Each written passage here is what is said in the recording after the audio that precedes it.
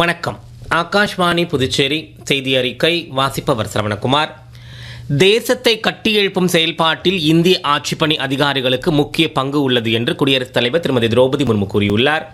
இன்று புதுடெல்லியில் லால் பகதூர் சாஸ்திரி தேசிய நிர்வாக அகாடமியில் நடைபெற்ற நிகழ்ச்சியில் உரையாற்றிய அவர், நாடு முழுவதும் நிர்வாகத்தை வலுப்படுத்த ஆட்சிப்பணி அதிகாரிகள் எல்லைகளை தாண்டி உயர வேண்டும் என வலியுறுத்தினார்.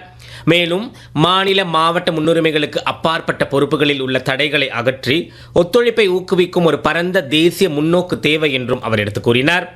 அதிகாரிகள் ஒரு குறிப்பிட்ட பிராந்தியத்தின் நிர்வாகிகள் மட்டுமன்றி நாடு முழுவதும் நிலைநிறுத்தப்பட வேண்டிய நிர்வாக பாதுகாவலர்கள் என்பதை குடியரசுத் தலைவர் சுட்டிக்காட்டினார். அனைவரையும் உள்ளடக்கிய வளர்ச்சியை வலியுறுத்திய அவர், புவியியல் சமூக பொருளாதார காரணங்களால் எந்த சமூகமும் பின்தங்கிவிடக்கூடாது என்பதை அதிகாரிகள் உறுதி செய்ய வேண்டும் என்றும் கூறினார். நடப்பு கல்வியாண்டில் 19 வெளிநாட்டு பல்கலைக்கழகத்தின் வளாகங்கள் இந்தியாவில் அமைய உள்ளன என்று மத்திய கல்வித்துறை அமைச்சர் திரு தர்மேந்திர பிரதான் கூறியுள்ளார். புதுடெல்லியில் கல்வி சார்ந்த மாநாட்டில் இன்று உரையாற்றிய அவர், உலகளாவிய கல்வி நிறுவனங்களுடன் இந்திய பல்கலைக்கழகங்கள் செமிகண்டக்டர், செயற்கை நுண்ணறிவு, அரிய கனிம வளங்கள், வேளாண்மை உள்ளிட்ட பிரிவுகளில் ஒருங்கிணைந்து செயலாற்ற உள்ளதாக குறிப்பிட்டுள்ளார். நம் நாட்டின் கல்வித்தரத்தின் நிலை மேம்பட்டு வருவதாகவும் இளையோருக்கு அதிக அளவில் பொருளாதார வாய்ப்புகள் வழங்கப்படுவதாகவும் அவர் தெரிவித்தார். நம் நாட்டின் வலிமை இளையோரிடம் உள்ளதாகவும் 65% மேற்பட்டோர் இளைஞர் என்றும் அவர் சுட்டிக்காட்டினார். ஈரான் இஸ்ரேல் இடையிலான பதட்ட நிலையை அடுத்து அப்பகுதிகளில் வசிக்கும் இந்தியர்கள் பாதுகாப்பாக தாயகம் திரும்ப பிரதமர் திரு நரேந்திர மோடி தலைமையிலான மத்திய அரசு நடவடிக்கைகளை மேற்கொண்டுள்ளதாக மத்திய அமைச்சர் திரு கிரண் ரிஜிஜு தெரிவித்துள்ளார். இமாச்சல பிரதேச மாநிலம் கங்ராவில் இன்று செய்தியாளரிடம் பேசிய அவர், பல்வேறு நாடுகளில் இருந்து இந்தியர்களை மீட்பதற்கான விரிவான நடவடிக்கைகளை வெளியுறவுத்துறை அமைச்சகம் செயல்படுத்தி வருவதாக கூறினார். மேம்பட்ட உயிரி உற்பத்தியில் கட்டமைக்கப்பட்ட இந்தியா டெலாவேர் கூட்டாண்மையை நோக்கி இந்தியாவும் அமெரிக்காவும் செல்ல வேண்டும் என்று மத்திய அறிவியல் மற்றும் தொழில்நுட்பத்துறை அமைச்சர் டாக்டர் ஜிதேந்திர சிங் கூறினார்.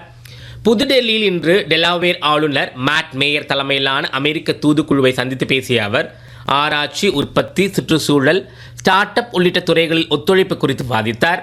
மேலும் அறிவியல் தொழில்நுட்பம் மற்றும் உயிரி தொழில்நுட்பம் ஆகியவை இரு நாடுகளுக்கும் இடையேயான கூட்டாண்மையின் முக்கிய தூணாக உள்ளதாகவும் அவர் சுட்டிக்காட்டினார். ஆராய்ச்சி மற்றும் மேம்பாடு முதல் உயிரி தொழில்நுட்பம் மற்றும் மருந்து கண்டுபிடிப்புகளுக்கான மையமாக இந்தியா உருவெடுத்து வருவதை டாக்டர் ஜிதேந்திர சிங் குறிப்பிட்டார். நாடு முழுவதும் ஹோலி பண்டிகை கொண்டாடப்படுவதையொட்டி நாட்டின் கிழக்கு பகுதிகளுக்கு செல்லும் பயணிகளின் வசதிக்காக டெல்லி பகுதியில் உள்ள முக்கிய நிலையங்களில் இந்திய ரயில்வே விரிவான ஏற்பாடுகளை செய்துள்ளது. இன்று டெல்லி பகுதியின் முக்கிய நிலையங்களில் இருந்து 22 சிறப்பு ரயில்கள் புறப்பட்டதாக வடக்கு ரயில்வே அறிக்கை ஒன்றில் தெரிவித்துள்ளது. கடந்த 5 நாட்களில் டெல்லியில் இருந்து சுமார் 14 லட்சம் பயணிகள் பயணம் செய்துள்ளதாக ரயில்வே தெரிவித்துள்ளது. மேலும் நாளை 22 சிறப்பு ரயில்களை இயக்க திட்டமிட்டுள்ளதாகவும் இந்திய ரயில்வே தெரிவித்துள்ளது. பின்லாந்து அதிபர் டாக்டர் அலெக்சாண்டர் ஸ்டூப் வரும் 4ஆம் தேதி முதல் 4 நாள் அரசுமுறை பயணமாக இந்தியா வருகிறார்.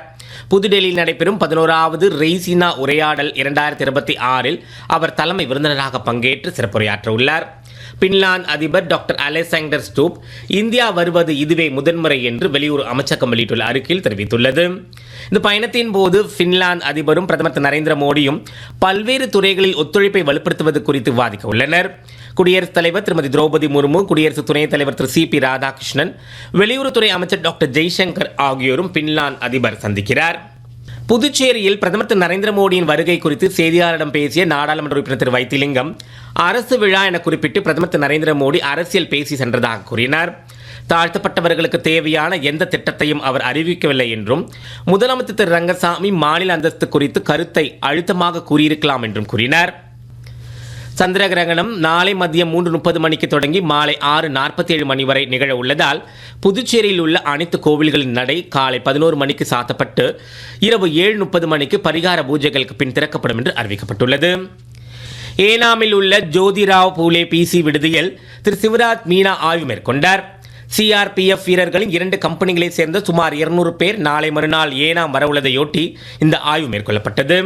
ஆய்வின் போது சமூக நல ஆர்வலர் திரு ராஜேந்திரா உடனிருந்தார். தொடர்ந்து ஏனாமில் வெங்கடேஸ்வரா கல்யாண உற்சவத்தின் ஒரு பகுதியாக திருத்தேரோட்டம் இன்று மாலை நடைபெற்றது. இவ்விழாவில் ஆயிரக்கணக்கான பக்தர்கள் கலந்து கொண்டதாக எமது ஏனாம் நிருபர் தெரிவிக்கிறார். இத்துடன் இந்த செய்தி அறிக்கை நிறைவு பெறுகிறது.